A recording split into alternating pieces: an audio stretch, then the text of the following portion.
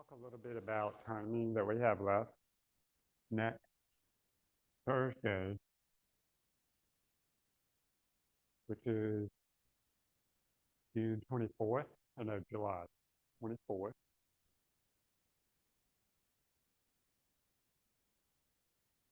That will be our last class, meaning when we discuss questions, go over exercises, examples, whatever have you, like we normally do.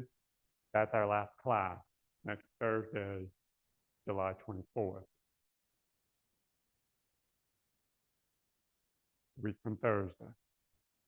Then the following Tuesday, get these dates right, the 29th, July 29th, that's when we will do the final assess in class. So, yeah, we'll be here at 11:30, our normal time. We'll take the final assessment in class that Tuesday. Okay.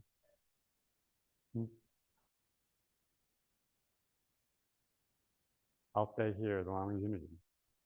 Yeah.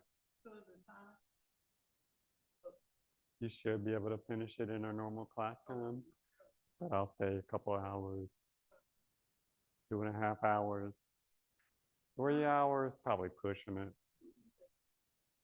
That's probably a little long. Yeah, yeah. I don't think you'll be, cognizant after a couple of hours, you know.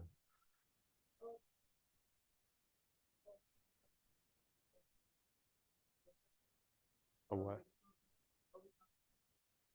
Yeah, I'm gonna release a practice test that will have items just like on your assessment. And we'll go over that as we finish stuff next Tuesday. We'll transition to practicing the final assessment items and try to dedicate all of this Thursday. But, yeah. And then the last thing, and I haven't gotten the schedule yet from Natalie, but when you signed up, there was like a orientation day at the beginning, right? So that's the kind of closeout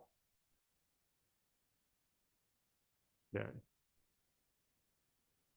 And we'll hear from Natalie pretty soon about what time she's planning on. I think, what was it that Monday when we met? Something like 10 to 2, something like that. And you don't have to make yourself available that whole day if you have work to get to or whatever.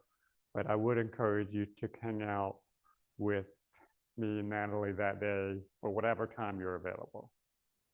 You'll have lunch, I believe, as well as opportunity to adjust your registration for fall in whatever way is, appropriate, because this, final assessment could mean that on Wednesday you get an exception made to opt out of the lab, right? We talked about that and how this assessment could potentially get you out of the lab class for the fall. And so if that happens on this day, then it would be a good idea to be around on this day, because those exceptions that they have to make in the student success office for registration will be easier to do that day. I'm not saying they'll be impossible to do later if you're not available this day. I'll make sure it happens somehow, but it will be simplest on this day to finalize your registration for the fall. Hear about other things that can be helpful on campus for fall and spring, and the free lunch, right? That's always nice.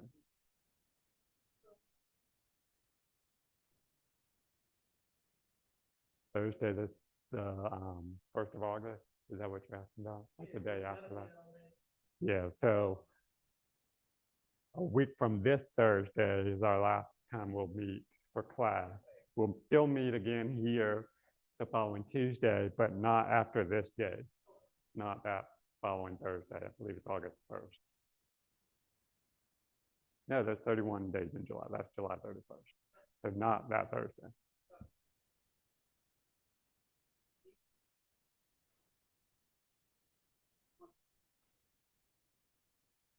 Mm-hmm. I should know either this Thursday or next Tuesday what those times are going to be. Yeah. Okay. Let's talk about Module 7 for a moment.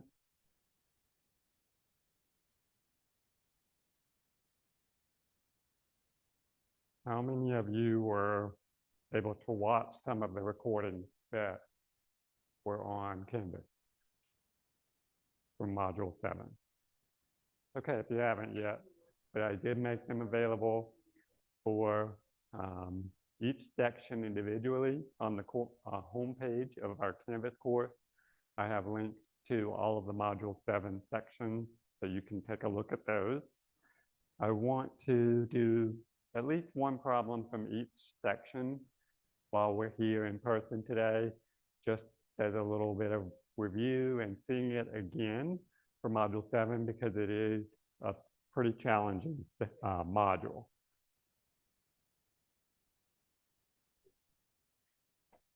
So let's look at 7.1. You are solving equations. First degree means that x is not squared anywhere in the equation. This means x term, no x squared term. That's what first degree means. And then one of the examples that you were presented with was the second one there I'm looking at, 4x minus 2 times x minus 4 equals 10. Solve for x. Just based on your own intuition so far, what would you sort of gravitate as your first step? Where would you gravitate to?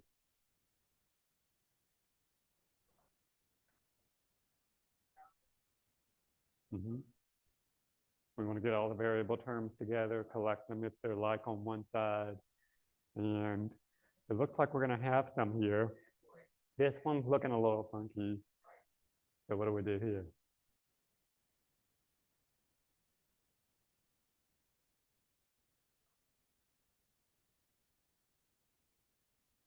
How do we deal with these parentheses? We want to take this and distribute it. Right, take -2 times each of those things within the parentheses. So 4x, and then -2 times x, -2 times -4. Take that -2 or that -2, and grab onto its sign and distribute it to both of those terms in the parentheses. Then let's clean up this multiplication, how we wrote it here. Just say 2 times x, and then here we can combine these numbers, 2 negatives for a positive, 2 times 4 for 8. Now look at that.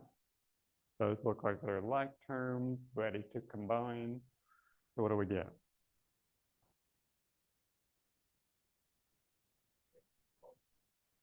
Operate on your coefficient. 4 minus 2 is 2x, plus 8 is 10. Now what?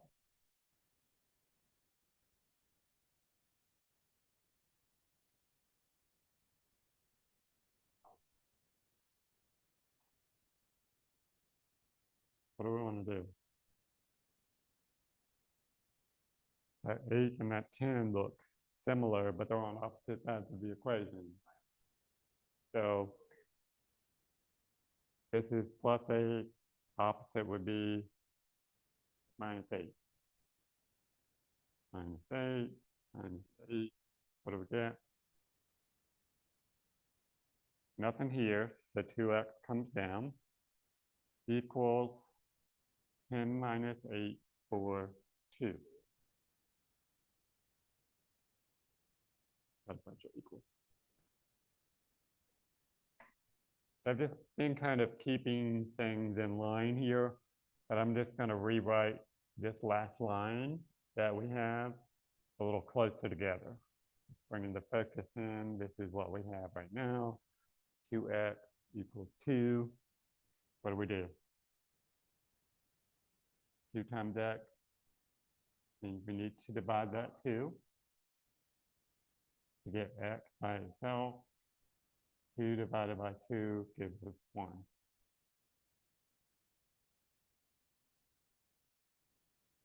You can come back and plug that in to check it if you are feeling uneasy about your number that you come up with. Plug it in here, 4 times 1, plug it in here, and negative 3 times the 2 works out to 10. Right here, when we had 2 times x, to sort of counter that, we want to divide 2. Yes.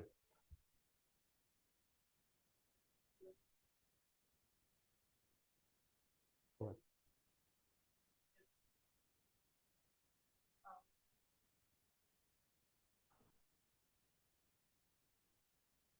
So you're dreaming of an alternate example, right? So let's look at that. Let's say 8x equals 24. What do I divide by on both sides? 8.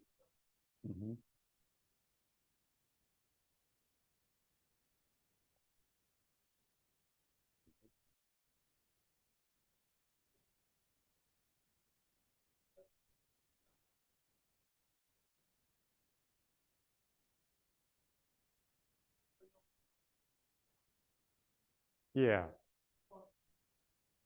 You want to think in opposite operations often when you are solving an equation. If you see something, then taking the opposite operation is often the road forward. Exactly.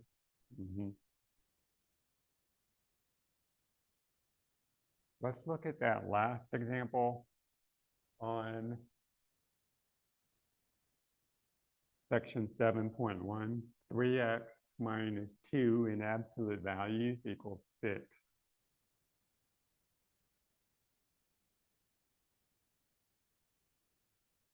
Absolute value problem. Absolute value.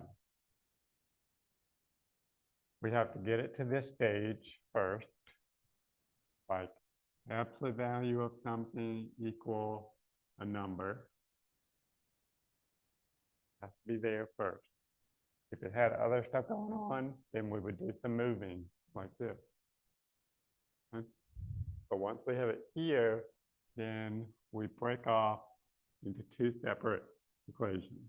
The first one is just writing it just like you see it, just about. 3x minus 2 equals 6. The second one, you write the number as a negative. So change the other side to negative for the second equation. Then solve both of them.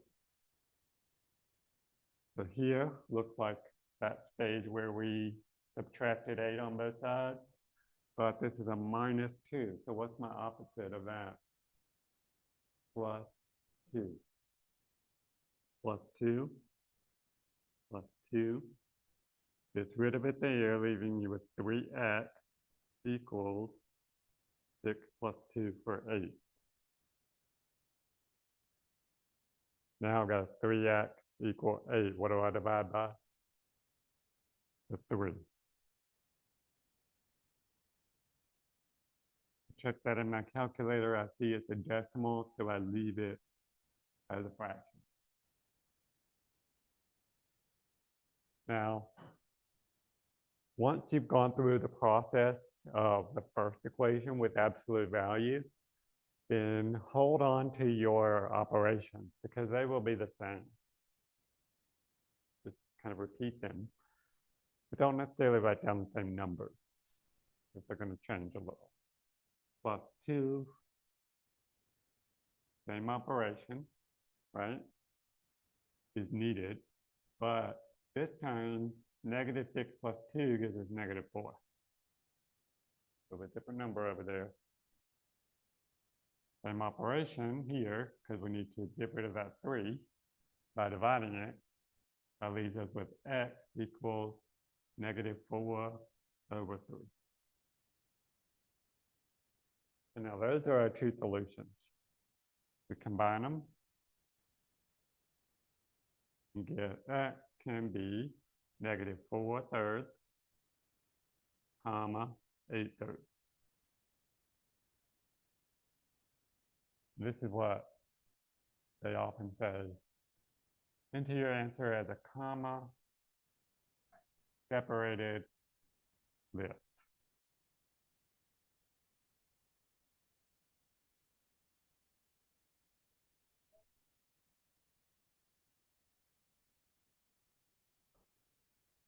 The software will recognize them in either order.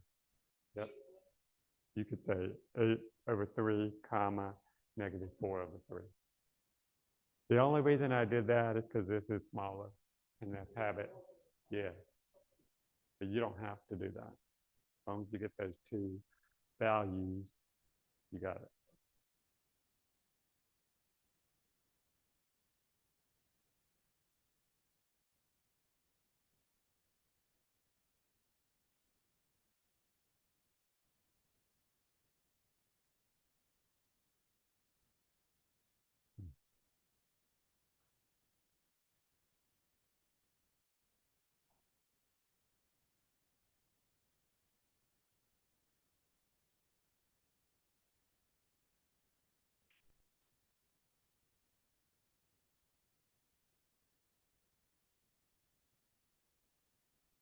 I'm going to skip 7.2 because I want you to focus on 7.4 from Module 7. So 7.4 involves inequalities like 5x plus 3 greater than 2x plus 12.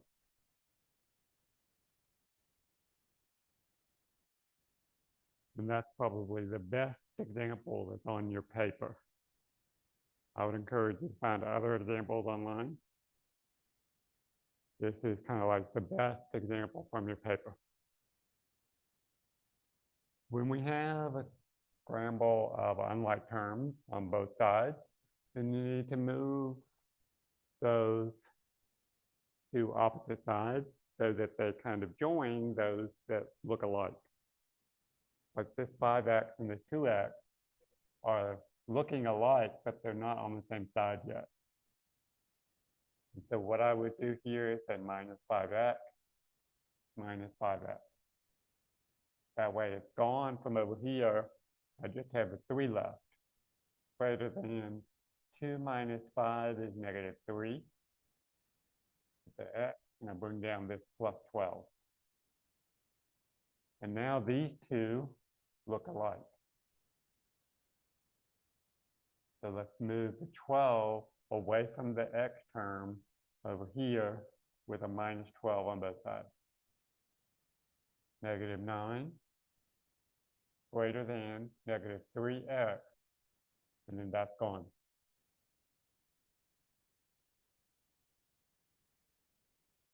Now here's the thing you need to remember when solving a inequality. If you divide by a negative on both sides, like we're doing here, we got to divide negative 3 that's needed. It's next to the x, right? When we do that, then the direction of the inequality changes. We got two negatives here for a positive from this division, and 9 divided by 3 is 3. X over here. I don't like X's over there. It's hard to read. You have to read this way. So turn everything around X with this orientation 3. That's easier to read. X is greater than 3. Otherwise, if you got X over here, you got to read it this way. But you can't do that. X is greater than 3 because you got the open mouth towards it. And so recognize that this flip right here is from dividing a negative on both sides. Okay. This right here, when I went from here to here, that's not a flip of the sign. That's just a whole orientation. Rotation. Yeah.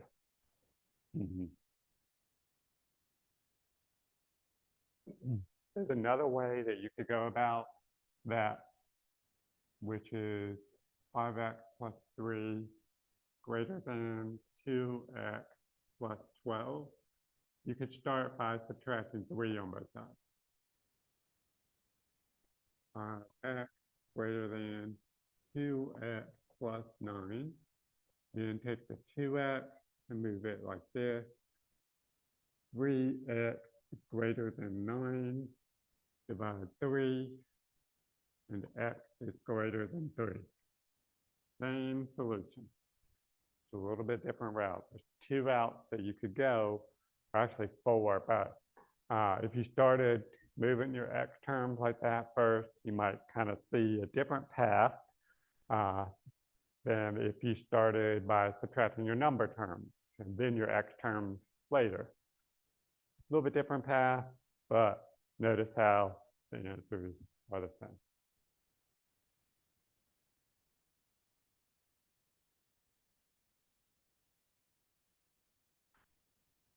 And then we want to write the solution in what we call interval notation.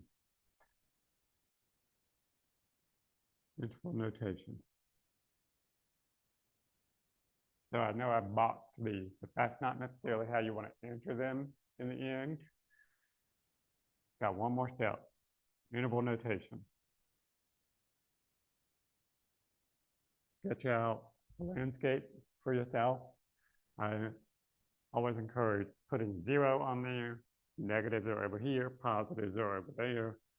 We're interested in 3 as a sort of anchor point based on what we got, and we're interested in greater, so that's going this way. We also don't have the equal bar here, so that means that we're going to use a paren on that boundary, parentheses. And we're going up to some infinite number, use infinity on that side.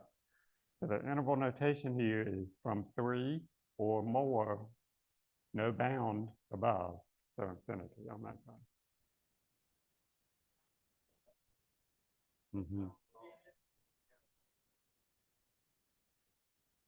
I understand that, absolutely. Like a code switch at the very end of those problems.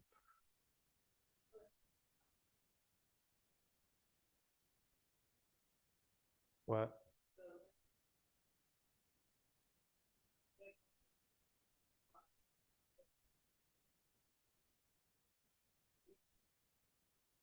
Interval notation. So this is the answer right here. So I know I drew these boxes as if this were, but actually this is what you would want to conclude. Yeah, that's not going to be recognized by the software if it says express your answer in interval notation, which I think it does for all inequality type problems. So we got to get used to expressing our answer in that way. So let's try some different examples One of them is there on your paper. I know it has blah, blah, blah, but this is the key, less than or equal to -4. Y'all see that one in your paper? It's expressed in set builder notation, but this is the meat of it that we want to write in interval notation. X less than or equal to -4. So let's suppose that this were our solution, like we did all something, and then that was where we were leaving off. Right there. This at a -4. To the left of 0. Just as kind of orientation. And we want less than, so that's this way, and can be equal to -4 in this case. So in that case, we use, instead of a parenthesis, a squared off bracket on that number.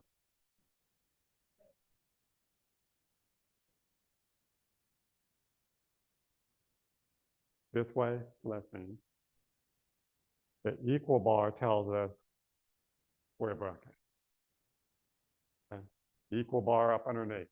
No, there wasn't there. That's why we use paren on the 3 here. Equal bar here means square bracket. This way means we can go all the way to -infinity.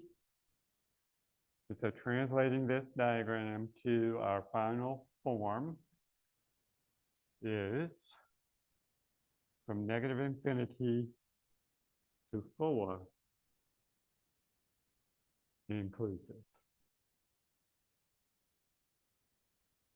So look at how that differs from that example. Primary difference being this square bracket, because there's an equal, less than or equal to -4 is how we read this. That's how we indicate that it can be equal to -4. Sorry about that. Since it's less than, it can go down from there, and we use a -infinity for boundless going down. Notice how we used parentheses on any side where an infinity was involved. That's always the case. You will never have square bracket on infinity side. Never. No square brackets on infinity. Okay?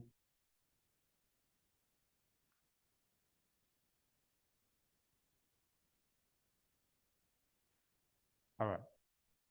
So you've seen a couple of examples and sketching them out, but I'm just going to give you kind of like a cheat sheet for all of them. For X, and I'm going to use the number 7. Okay. For X less than 7, the interval is -infinity to 7. For X greater than 7, 7 or higher.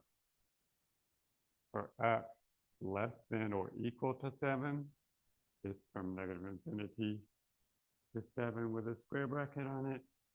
And for X greater than or equal to 7, and 7 the lower bound going up to +infinity. So that's kind of, if you have one number involved, all the different ways that you might express something in interval notation.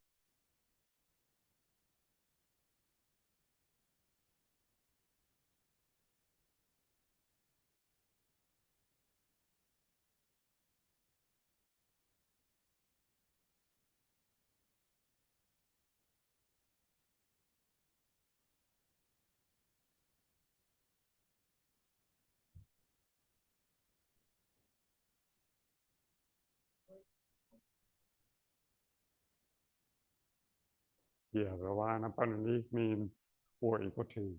So less than or equal to 7 here, greater than or equal to 7 here.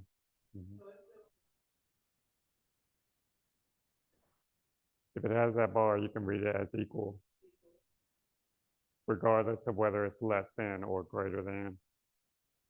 Yeah. Mhm. So more, you know, concretely, if x is less than 7, then it could be something like 6.9, 6.8, 6.9999, but it can't be 7. 7 is not less than 7. However, here, 6.9 makes sense. 6.9 is less than or equal to 7. 7 also works. 7 is less than or equal to 7. So what that square bracket is doing is saying that, okay, we can land on that number. We can include that number. The parenthesis is saying we can get right up near it, but not right on it.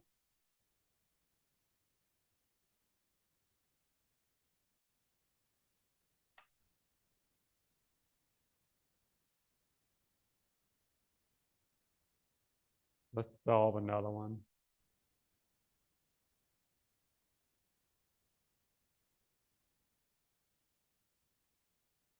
Let's say that we have 2x minus 7 is greater than or equal to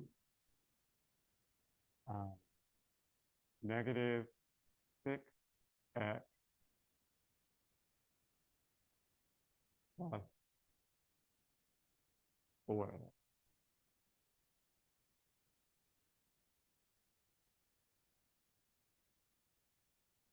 What would you do first?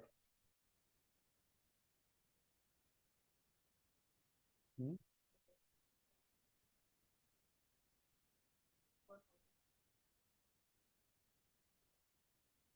They're on the same side, they look alike. Yeah, let's see if we can simplify or kind of bring them together first. That's something good to recognize. And that applies to whether you're working with greater than or equal to or equal to equation. So that's a good eye there to work with the, I know I'm going to end up with something x. What is that?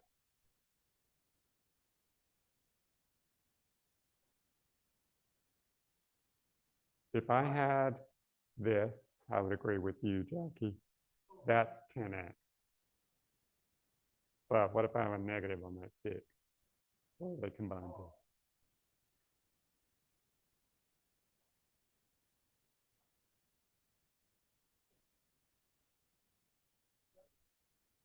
Negative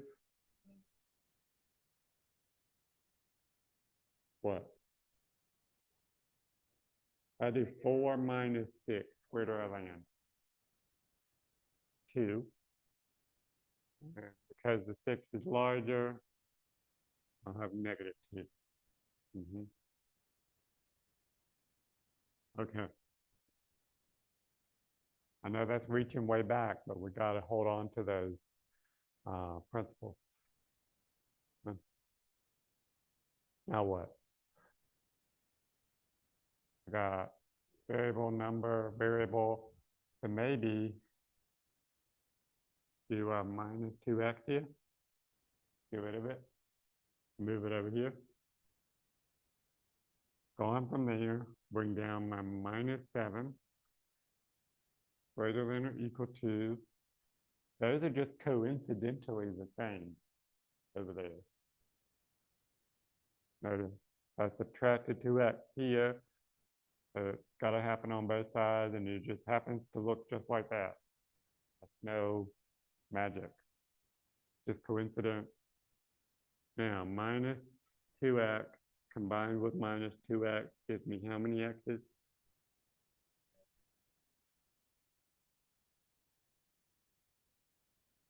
Negative 4. Add them. Keep the sign. Okay. We're subtracting there. Subtracting 2x. So negative 2 minus some more, get down to negative 4. Okay. Now what? Got blank x and the number over here. What do I do?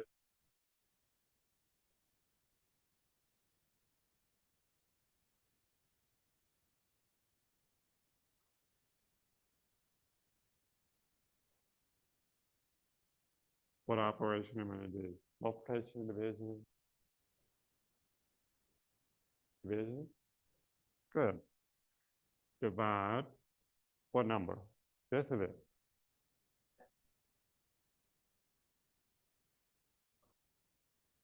Going to divide the 4 and the negative. Okay. Because we want to get to this point. And that dividing -4 gets that all out of the way. So divide -4 over here, looks like we're going to have positive and 7/4. What sign do I put here?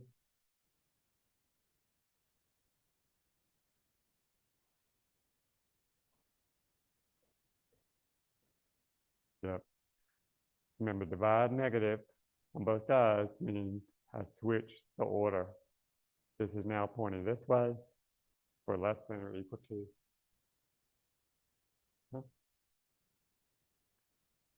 X is over there on the right-hand side, so let's read it backwards.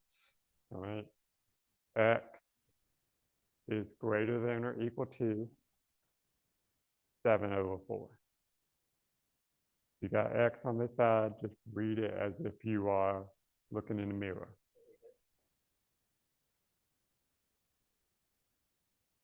Got to kind of put your backwards eyeballs on, okay? X is greater than or equal to 7/4, okay?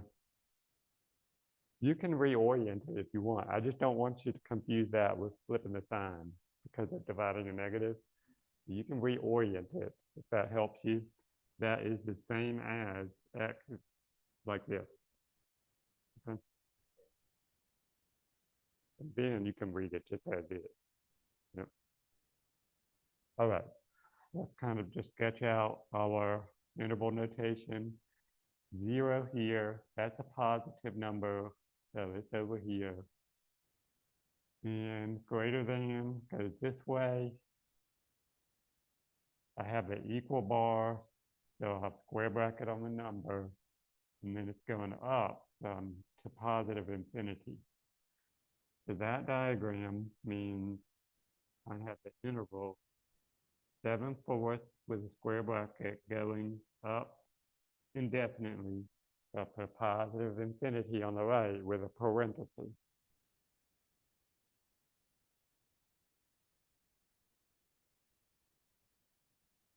This case. See how that matches?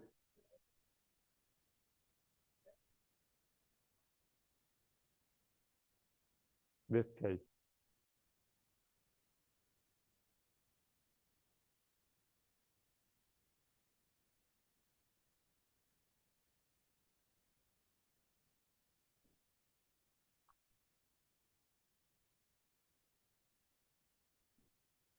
Okay, let's take a break from that. And 7.5, we're going to take a break from that. Let's switch to the Module 8 packet for a moment and talk about factoring. The greatest common factor throughout an expression is the numbers and variables that are common to all of the terms throughout an expression. Okay. So what does that mean? For example, if we're looking at the example where it gives you the two terms 24a squared b cubed and 18ab to the 4th, and ask us to find the greatest common factor between these two terms. Well, it does this weird notation throughout the example. What I want you to think about is, what's the highest number that divides both of these?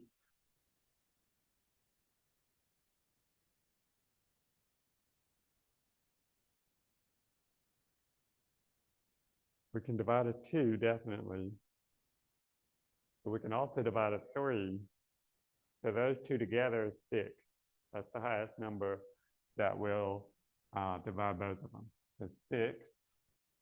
And then I look across the numbers and say, how many could divide both of them evenly? I'm sorry, letters is what I meant. Look across the letters and how many would divide both of them evenly? And that's only 1A. 1A here, 2A here. So only 1A will divide both of them. With my B's, I have 3 here and 4 here. So I could divide 3 away from both of them.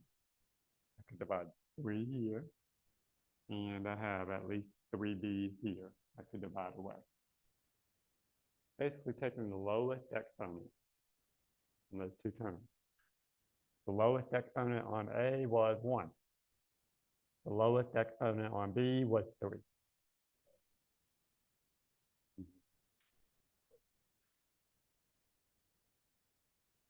6AB to the third. Yep. Not too bad, huh? The way that they write it, where it says GCF, paren 2418 equals 6. I'm not a huge fan of that.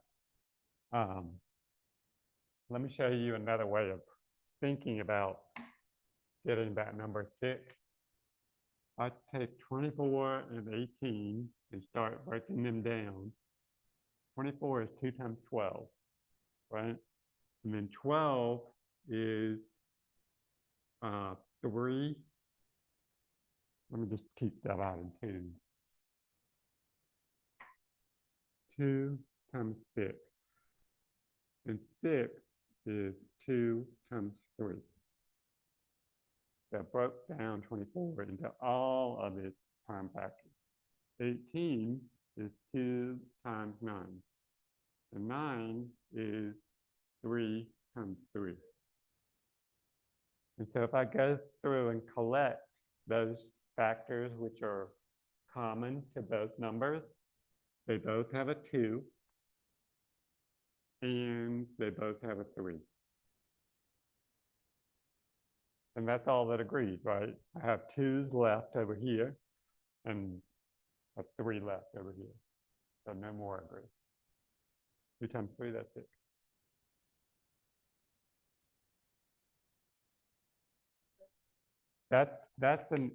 That's the better illustration of GCF 2418 equals 6. That's a little too brief. What you see on the paper there. We kind of thought through it and we're successful doing it this way over here, coming up with 6 just magically by thinking about it.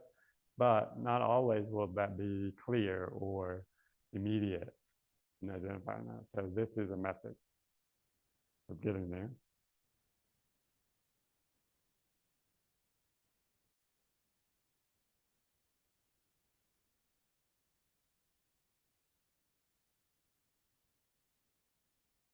Try some more. We have first practice problem. The GCF, greatest common factor, of 24x is y squared and 32x squared y to the 5th. Okay, 24 and 32. You can certainly try to think of the largest number that divides both of them. Anybody want to give a ballpark guess of what that number is? 8? Yeah, good thinking.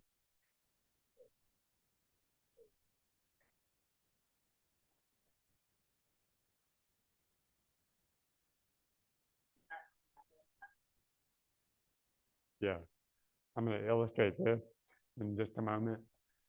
If you're confident that you can identify what that number is, like you just did, then you can use it. I'm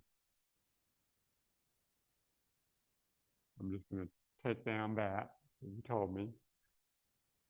What if I didn't see that? What if these numbers were too big to really see that in the beginning? Then I can break them down.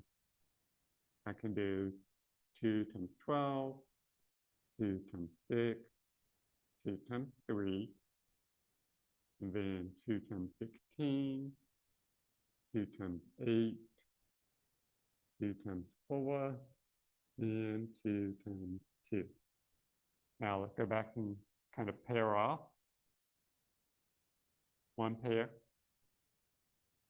another pair there, another pair there, no more pairs. 2 times 2 times 2, that's 8. So that's the breakdown method. And now we want to move to the variable. How many x's are common to both?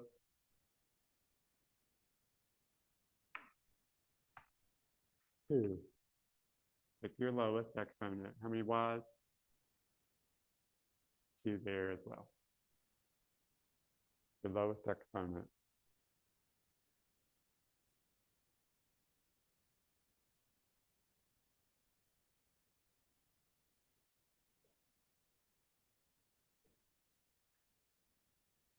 Yeah, square on the y too.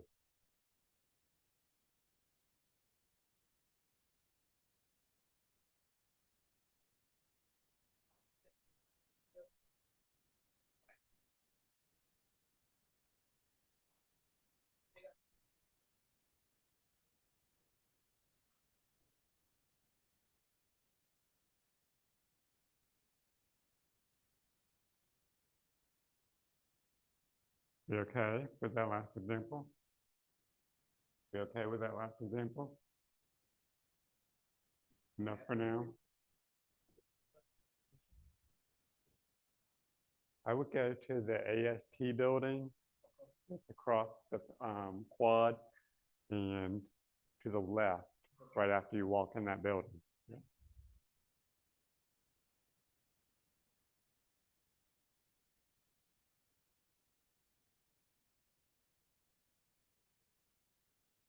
All right, let's look at number 2 here. 15 and 35, what do you think?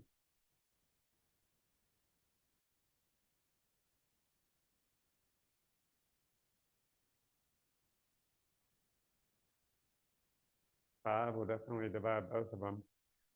And if you're thinking of a number and you're not quite sure if that's all of what they have in common, divide that number by both of them. I'm left with 3 here, and I'm left with 7 here if I divide 5. 3 and 7, I can't go anywhere with those. So that's a confirmation. You don't have to go through all of that. Now, how many R's did I write?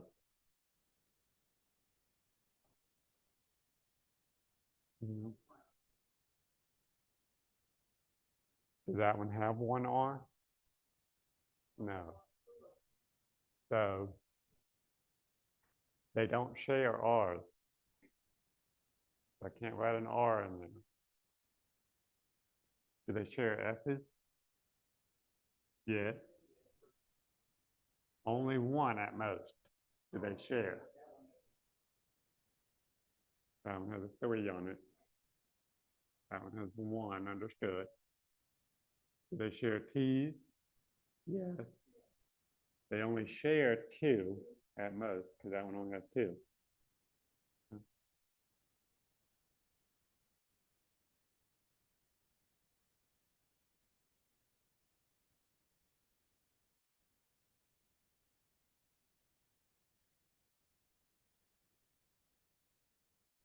This last one's kind of weird.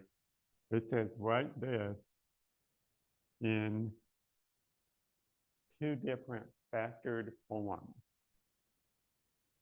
Well, that is a factor of these, the greatest common factor.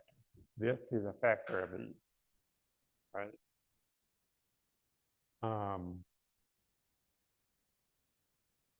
If I were to write this with 5st t squared factored out of it. Then we talked about this divided by 5 is 3, right? And then the other pieces that remain after taking these out, well, there's still an r squared, right? Still an r squared. It wasn't represented in this factor. We've got an s, we've got two t's, so there are two remaining of OLA. So this and this are factors that multiply to this. 5 times 3 gives us 15. R squared times nothing gives us R squared, or 1, I should say. S times whatever gives us an S term. T squared times T squared gives us T to the 4th. So those are two factors of this. Likewise, we know 12 has factors like 3 and 4, right? And then we could just make up whatever combination of 2A's and 3B's we want. So I'm just going to say A, B, and I need 2 more B's. So there's 2A's, 3B's, 3 times 4 for 12. So that's one way. I'll call that A. And then ask for 2 different ways.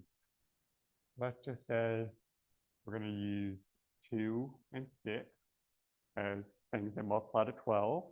And we'll put all the A terms over here and all the B terms over here.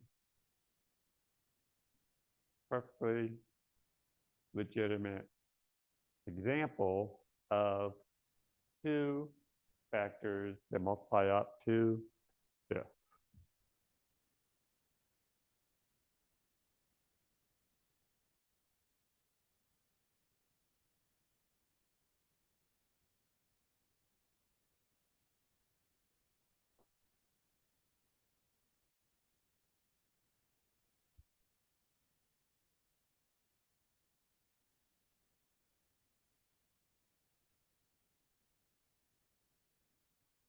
The reason we do that kind of thinking is to lead us into how do we factor expressions, things with plus and minus signs in between the terms as well. So what if I added a plus sign in here? How would I get all of this stuff out? And what would I be left with on the other side? So 8.2 is all about factoring things of this form. As something squared minus something squared. The difference of squares is what it's called. And it has a definite factored form all the time that looks like this. Take the first thing and put it in these 2 places. I put a plus on one of them, a minus on the other one, and I put the other second thing square root of it in those 2 places. Let's practice with the first example provided, where it says z to the 4th minus 16. Is that a difference of squares? Yes. This can be broken down into 2 things that multiply up to it, to the same thing, a square root, in other words. Does 16 have a perfect square root? Yes, 4. All right? So with the model up here, this thing has A equal to z squared and B equal to 4. Because 2 of these would give us z to the 4th. The 2 of these multiplied together will give us 16.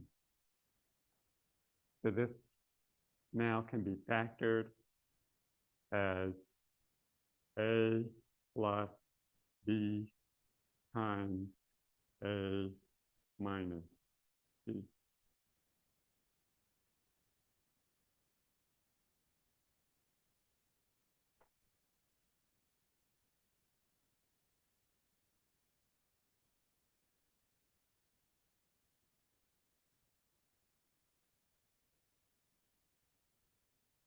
little bit less complex example this time because we have a leading square term, not a leading fourth power term. So tell me my A. What's my A in this expression? What times what gives me this? Hmm?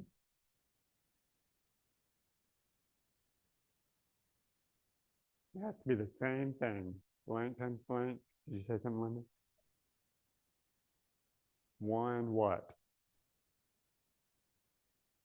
X. One X. Okay. X. Because X times X gives me this. What's B? Blank times blank gives me 81. Think about square root. 9. 9. Yep. 9. So with variable terms, notice, it's really all about just cutting them in half. Half of that power is square. Half of this power is 1. Understood 1 here. So cut this in half. Cut this in half. When you get to the number part, and you have to think more in square root terms. What number do I multiply by itself to get 81? That's 9. What number do I multiply by itself to get 16? That's 4. So in breaking it down like that in the beginning, it just makes this writing of the answer easier. We just say A plus B times A minus B. Going back to that form right here.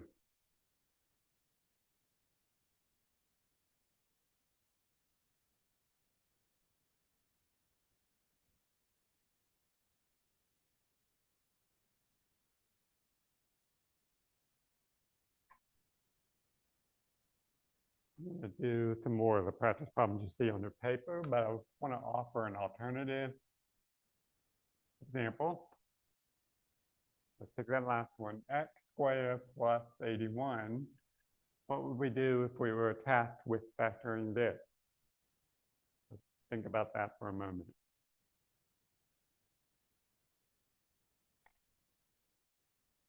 Can it match this form? This way of writing it?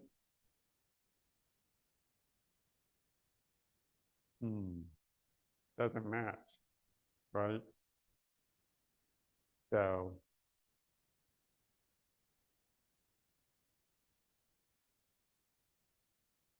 no two factors can be produced there, no factors like this. So watch out for that. And running too fast with this form over here, if you got the sum of two squares, that won't factor like the difference. Okay. Look at number 2.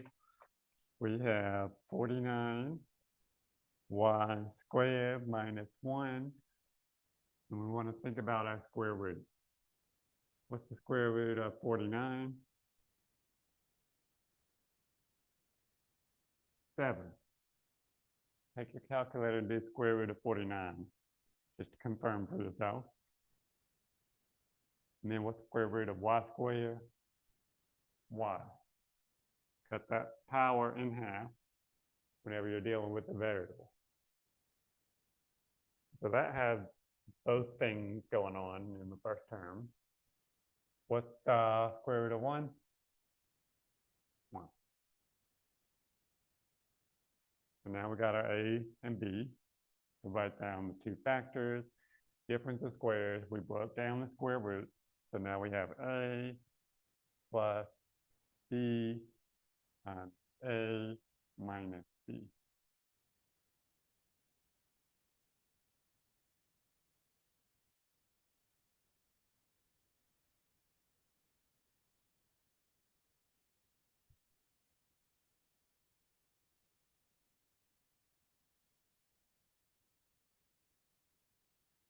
So before you ever really go to writing A and B, you want to ask, is it subtracting squares or is it adding squares? right? And this one's subtracting, so I can use my form. And so I want to figure out my A and B, because I can move forward if it's subtraction here. Then I look to this term. What is its square root? I just got a variable. So what do I do with this exponent? I go from that to what?